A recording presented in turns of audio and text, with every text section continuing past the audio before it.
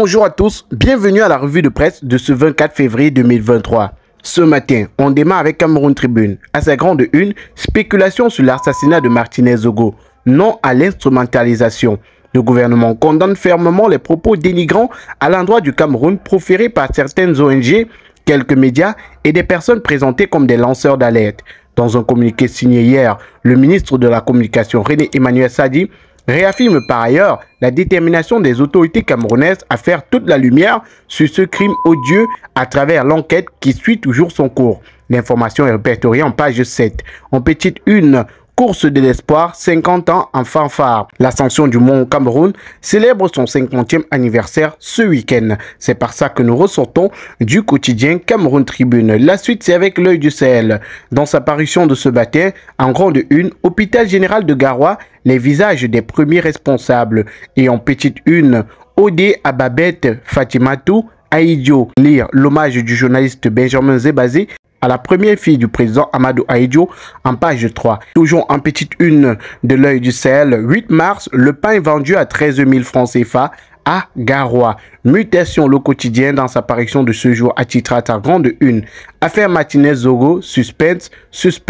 Les suspects ont été à nouveau conduits hier devant la commission du gouvernement du tribunal militaire de Yaoundé. Ambiance de ce côté-là en page 3 du quotidien Mutation. Et en petite une, contentieux mémorial Cameroun-France, Jean Koufang écrit à Daniel Abois. La page 8 s'intéresse à cette actualité. Ressortons de Mutation ce matin en parlant de sport. Unisport de Bafan, les sanctions tombent. La page 12 nous renseigne sur ces différentes sanctions.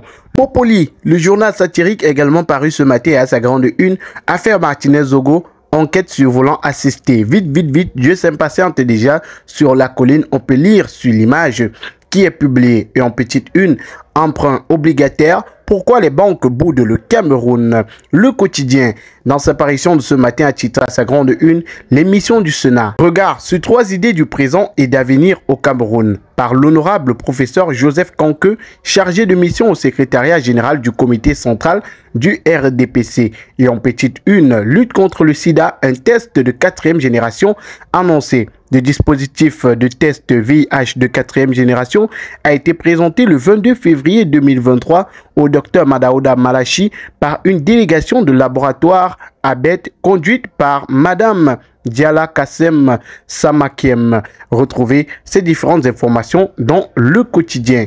Réalité Plus également paru et en ce jour à sa grande une, Association africaine de l'eau et l'assainissement, participation significative du directeur général de Kamwata, Blaise Moussa, au 21e congrès en Côte d'Ivoire. Et en une toujours de Réalité Plus, Bafia, le maire Matt Zinchem et le PMUC unis pour lutter contre les ordures ménagères. Éco-santé, le quotidien qui nous parle de santé, dans sa parution de ce matin à titre à sa grande une, hôpital central de Yaoundé, 10 cas de sténose complexe de l'urètre reparé. Sous la supervision de son directeur, professeur Pierre-Joseph Fouda, cet hôpital de 2e catégorie a organisé du 20 au 23 février 2023 une campagne de diagnostic et de réparation des sténoses complexes de l'urètre. Retrouvez l'information en page 3 d'Éco-Santé. En petite une, 5e prix d'excellence en santé, le professeur Alexis Ndiolo reçoit un certificat de reconnaissance. On parle également de choléra dans Éco-Santé de ce matin, 639 cas confirmés et 16 décès enregistrés au centre.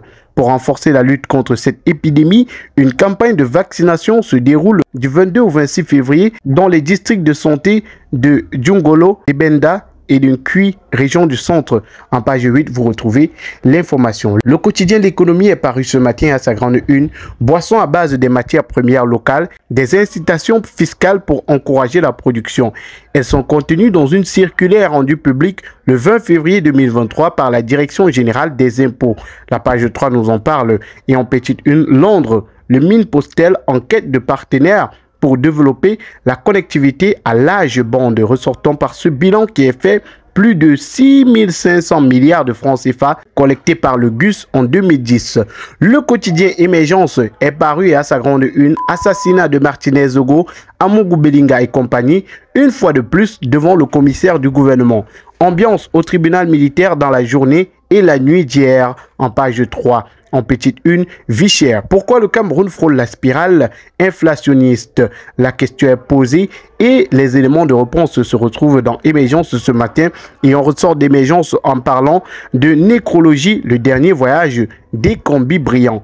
L'info à chaud, dans sa parution de ce jour, titre à sa grande une, affaire Martinez-Zogo, possédé. C'est autour de 2 h ce vendredi 24 février que le commissaire du gouvernement du tribunal militaire de Yaoundé a une fois de plus décidé de renvoyer les prévenus au CED. La page 11 nous renseigne sur ces auditions qui ont eu lieu hier au tribunal militaire dans le cadre de l'enquête sur l'assassinat du journaliste Martinez-Zogo. Et en petite une de l'info à chaud, affaire Martinez-Zogo toujours, le gouvernement dénonce les spéculations fantaisistes.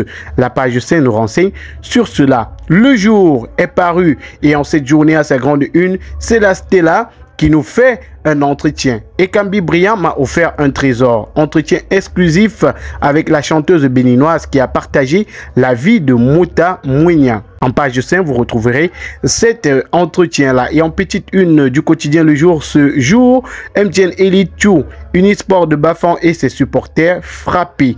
Les différentes sanctions du club dans cette édition du quotidien Le Jour. Et Singan, dans sa parution de ce jour à Tita, sa grande une, publicité et secret de justice, le réquisitoire de Luc Diodo. Vous retrouverez cette information dans Singan ce matin en petite une, élection à la présidence de la FECA Nambudo. Justine Difo, la force de la corruption. La candidate et enseignante d'université engluée dans un scandale d'achat de voix pour se faire élire à la tête de cette association sportive. Et Singan vous donne toutes les informations sur cela. Le Messager est également sorti ce jour et à sa grande une, émeute de la fin 2008, un volcan qui sommeille.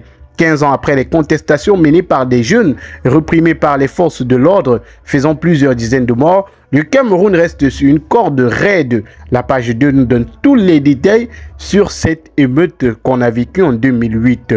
Et en petite une, SDF, le G27 fait le procès de Frondi. La page 3 nous en parle. On ressort du quotidien Le Messager ce jour en parlant de service du gouverneur de l'Ouest, la presse privée persona non grata. Non accréditée, elle se limite à produire quelques miettes d'informations institutionnelles. C'est en page 6 que vous avez cette information. La Patrie est également parue et dans sa parution de ce matin en grande une. Crédit Bail, la First Bank soutient les transporteurs. Les transporteurs terrestres pourront désormais acquérir de nouveaux moyens de transport en toute quiétude. C'est la résultante d'une convention de partenariat signée à Douala le 21 février dernier avec le groupe Afriland First Bank. Et en petite une de La Patrie, lutte contre le sida, un test de 4e génération annoncé. Entre la page 6 et la page 7, vous aurez toutes les informations sur ce nouveau test qui sera mis en circulation très bientôt. La Voix des jeunes est également parue et à sa grande et unique une ce matin. Excellence académique, Tampi fait fort. Le jeune mathématicien camerounais Ludovic Tampi a reçu la 3e bourse annuelle AMS Clayton Gilmer pour valoriser l'excellence dans la recherche en mathématiques et pour aider à générer une participation plus large et soutenue des mathématiques noires. C'est la page 3 qui vous en parle. Mesdames, Messieurs, merci d'avoir suivi avec attention la revue de presse de ce matin. Passez un excellent week-end. Goodbye.